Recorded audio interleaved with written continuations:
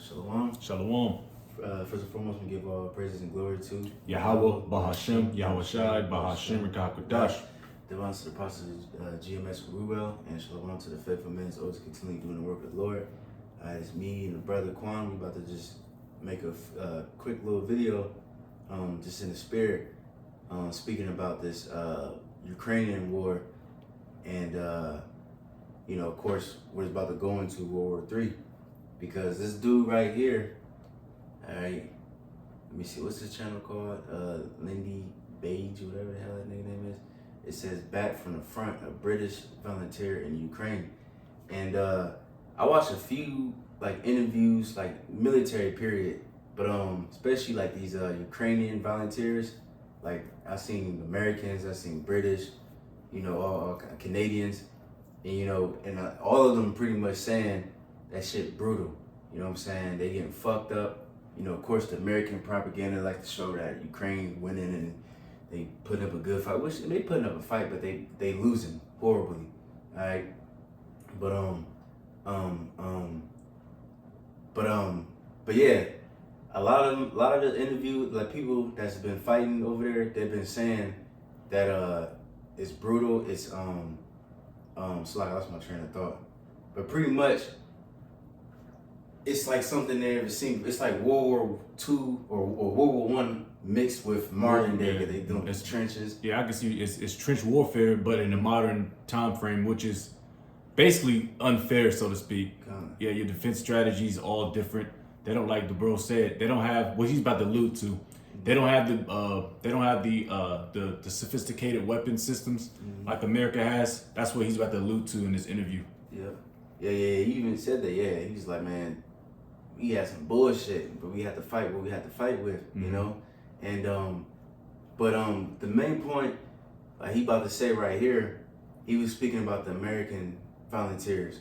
He gave props to some, like the Marines and the Rangers, but he said a lot of other ones are spoiled, and that just remind me of the scriptures we about to get in a minute. Matter of fact, we can start with that, and then we can play the video. All right, this is Jeremiah chapter 51, verse 30. It says, "The mighty men of Babylon have forborne to fight. They have remained in their holes. Their might have failed. They became as women." Right. Yeah, that was it. No, they have burned her dwelling places. Her bars are broken.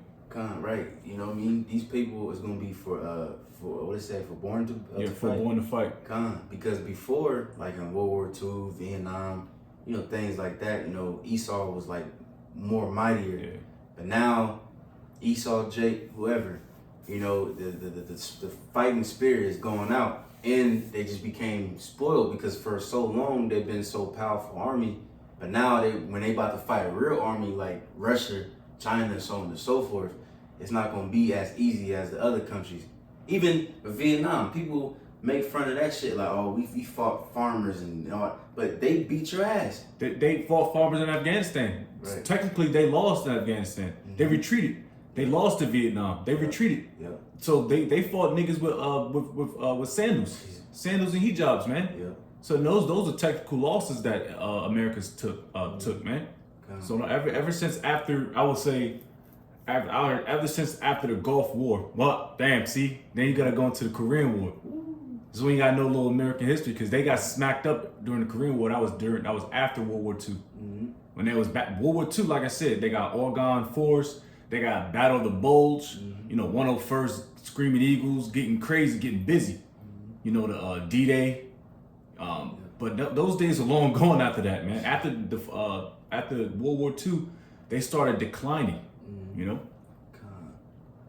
So now we're gonna play a little bit of this. Fair use. Hopefully, we won't get YouTube won't trip. They and I think those three American regiments I mentioned, or corps, whatever you want to say, they have a history of being some of the more underfunded and hard done by bits of the American military. So therefore, it fosters a more British attitude towards soldiering, which is make, do, and mend. Get on with what you have at hand. You fight the war. You fight the war with the weapons you have, not the weapons you want. And they were some really sorry. But a lot of the Americans, the only way to describe them is spoiled. Really, it's very easy to be the best army in the world when you can get an F-16 to go and blow up a mortar team on a hillside, you know? But, yeah, and I heard one of them going, we need air support, and it's just like crickets suddenly, like, you know, air support. I haven't seen a fighter plane this whole bloody war. They're all over Kiev, keeping the president safe, you know, like, we don't get air support, mate, you know, it's a myth. And he's not even Ukrainian. He's not even Ukrainian. Mm-hmm. He's a British volunteer. I thought he was Aussie, but he's a British volunteer from the UK. Yeah. Damn, even from somebody from the EU to say that is astounding, to say the least. Well, to be fair, America, them niggas ain't been in war in a long time either. So let's just be frank, all right? Yeah. Just like how China ain't never touched. China ain't been in war ever since either. They ain't been in war yet ever. So they could talk this shit too, you know, because you could talk this shit too. But now it's a little balance to it, you know, because America been in war over 200 some odd years, man, since its inception, you know. Let me see. I think there might be a little bit more. Getting artillery support, it might take a few hours, you know, we can't just get on the blower and have whatever's in front of us flattened, not at that point anyway, you know. What about getting you to a field hospital if you're injured? And then also he goes into like, if you get injured, sometimes you just through. You just gotta wait or whatever the case is. You know, if you wanna watch the rest on your own time. But that was the main point right there. You know what I'm saying? Because, you know, in America, they got that pride. Cause I remember I seen videos where air support came, blew shit up, and they, oh man, yeah, America. And I understand it. Like, I mean, of course, pride is evil, but I understand why Esau is so proud. But now what the scripture says, the weak, shall say they are strong. You know, not only because of those thermonuclear missiles, but also other weaponry and all that. Then of course you're gonna have Russia, shall defend them pretty much. You know what I'm saying? So these people gonna get fucked up, man. And matter of fact, I got a precept. Let me get this. I think we read this at camp last camp. This is Isaiah 14. And let me start at 4. All right, it says, that thou shalt take up this parable against the king of Babylon and say, have the oppressor seized, the golden city seized. All right, which, you know, this is talking about America. You know, this is the golden city, and it's going to seize. It says, Yahweh has broken the staff of the wicked and the scepter of the rulers. Because before Esau, he had that scepter, he had that rulership, and he'd be able to just tell people, look, hey, even right now, really, because, you know, even though America is declining, he still got a little bit of power, still got a little bite to it, you know what I mean? But just like your boy Trump, like he so-called said, he ended 8 wars in 9 months, you know? Even when they did that situation in Iran, what was them B-2 bombers? Yeah, the stealth bombers, yeah. The world was scared. Even the Europe nations, they was calling him daddy. It was all weird and shit. I don't know if you seen that video. No. But they was like, oh yeah, Daddy Trump, and it was weird. But you seen people, it was like that World War II spirit when they dropped those 2 bombs on Japan. And that put people like, oh shit, all right, calm down. You know what I mean? But now the Lord still don't give a fuck, because what scripture says, the Lord gonna put hooks in their jaws, the Russians. You know what I mean? And it's gonna get to the point where people is gonna stop being afraid of this place. All right? No matter what weaponry you got. You see? It says, he who smote the people in wrath with a continual stroke, he that ruled the nations in anger is persecuted, and none hindereth. All right? And we seen that. You know, like the brother mentioned different wars, you know, the Korean War, Vietnam, you know, Iraq, you got Afghanistan, so on and so forth. Esau was going there stretching shit, fucking niggas up. You know what I mean? You know, but now the tables are gonna turn. Let me see, I think I got a little bit more. So like, let me skip down to 9. It says, hell from beneath is moved for thee to meet thee at thy coming. It stirreth up the dead for thee, even the chief ones of the earth. It hath raised up from their thrones all the kings of the nation. It says, all they shall speak and say unto thee, art thou also weak as we? Art thou become like unto us? Thy pomp And that's what like the scripture we just quoted. The weak shall say that they are strong. All right. And America is becoming more and more a laughing stock. You know, because before we used to laugh at people. Oh, y'all uncertificated or whatever. You not pronounce that very wrong. Y'all just fucking what, goat herders and shepherds and whatever the fuck. Niggas in sandals, which is true. I still is saying niggers and shit. But now the jokes is on America now. That's true. I got a quick little story. I was in I forget what year, circa 2017. We was at JRTC in Fort Polk, Louisiana. We're doing a month-long training mission, and I was talking to these Tiranians, which is North Africans, and we were just asking questions because Jake was in the truth, so to speak. I believe it might be after, I don't fucking know when we were after 18, I believe. And we was talking to these Tiranians, me and my squad brothers, and I told them he was Jake's, and I'm like, yo, what you think about America? And he was just talking mad shit. They suck. I'm like, yeah, they suck. They can't train. I'm like, yeah, you're right. They're right. I couldn't say that. I couldn't combat them. I couldn't say anything wrong. I'm like, because they looking around, they see all nothing but women walking around like moles and shit. Like nobody looks the strength. They don't look tough no more. Right. I mean, of course you got a few guys like myself, but they laughing at you people. Turanians, probably their military is tiny. They ain't even got matching uniforms, but they laughing at America. Damn, that's bad. That's bad, bro. I would be so embarrassed if I was America. Like, yeah, Esau with the rosy cheeks, but they walking past and we just shooting the shit. I don't know what they saying half of the time, but I know what they talking about when they talk shit about America. Yeah. Damn, that's crazy. Yeah, man. It says, what was that? Verse 11 is the main point. It says, thy pomp is brought down to the grave, and the noise of thy vows, the worm is spread under thee, and the worms cover thee. Right, thy pomp, you know, because I remember we read this at camp, and the other translation, I think NLT, says thy might, you know, is weakened, is fallen, is brought down. You know what I'm saying? And the worm is spread over you. Going to the infrastructure is through, the economy is collapsing, everything, the morals, everything is just collapsing. Like we was bringing out again, the camp, military. What was it? Military, money, religious, and economy. Right. Yep. But yeah, that was it. Yep, man.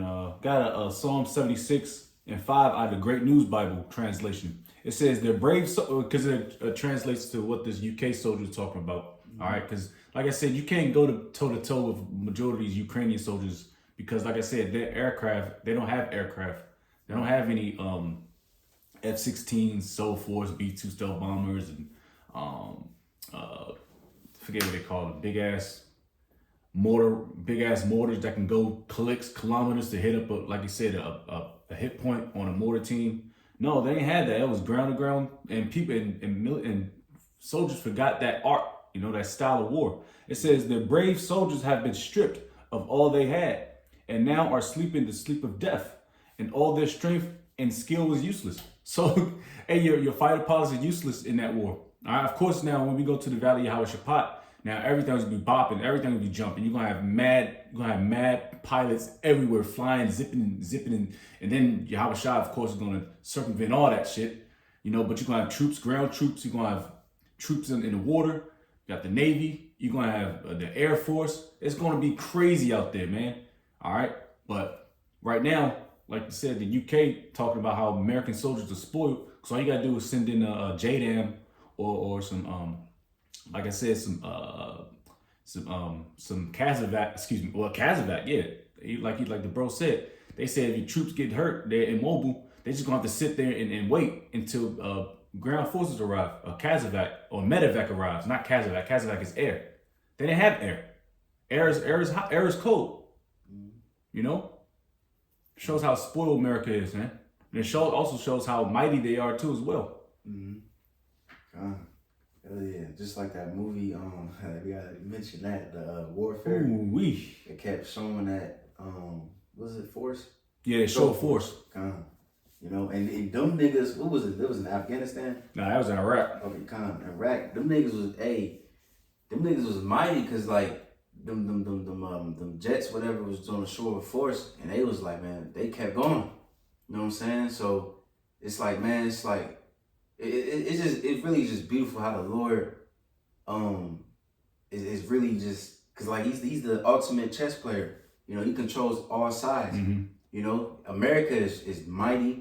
You know, because his money, his influence, his weapons, all that good shit. But these other smaller countries that they invading and shit, they mighty as hell too. Yeah. Because to go and attack, to say fuck it, we about to just kill these, you know, do our best, whatever the case is, and keep fighting for years and years. That's mighty as hell, man. Very mighty. You know, but them niggas gonna die too when the Lord return. You know, because all these different armies, America, Russia, so on and so forth, they gonna fall because the Lord's gonna destroy them with those chariots. Yeah, and I believe through the Spirit. This is years ago. I believe, which I can probably do some research on it. Not too much of a big deal. They said Afghanistan is where soldiers die or where armies die, because nobody's able to get past Afghanistan. Afghanistan has some of the worst terrain in the world. You know, because like I said, those Afghanistans, they use the mountains, the hills, the valleys to their advantage. You know, for ambushes, to get low, you know, to shoot and move. You know, but they said that's where Alexandria, the freak, that's where he couldn't compass, so to speak. That's what I heard. I might have to do a little more research on it, but that's what they said. That's where all armies died. I think too, I make cause like I said, I gotta go into it again too. But I think Alexander, he like wrote to his mother or something like that. And I think he was talking about you said Afghanistan, right? I think he said like each step is like a how do you describe it? It's like a damn, I forgot how he described it, but he pretty much is just going into how difficult it was. And he like it was, I can't remember the words, so like maybe, you know, probably study it and do a video on it. But anyway, this is I got one last one. I mean, unless you got something kind. This is Zephaniah 1 and let me start at 14. It says, the great day of Yahweh is near, it is near and hasteth greatly. Even the voice of the day of Yahweh, the mighty man shall cry there bitterly. You know what I'm saying? So that said a lot. It said the great day of Yahweh is near.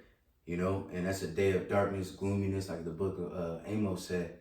You know, because World War One, you know, they thought that was going to be the war that ends all wars. Then you had, you know, of course, according to prophecy, it's 2 more. But World War One was gruesome, brutal. World War II was even worse. So how much more World War III? You know what I'm saying? With thermonuclear missiles and whatever else technology they got. You know what I'm saying? And then, of course, on top of that, you know, the Lord is going to make his grand entrance. So that's, man.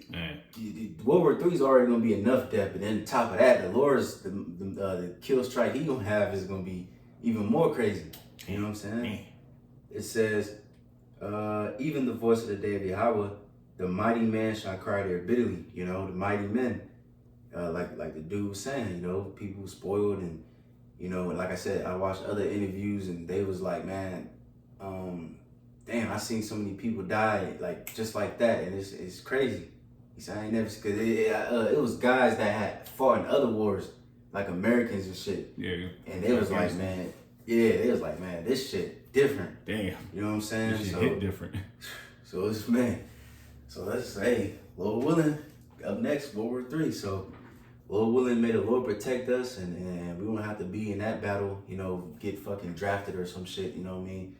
And for all the other niggas, these damn heathen and these 2/3 niggas, them thug niggas, let them be sent to the front line. Yeah. You know?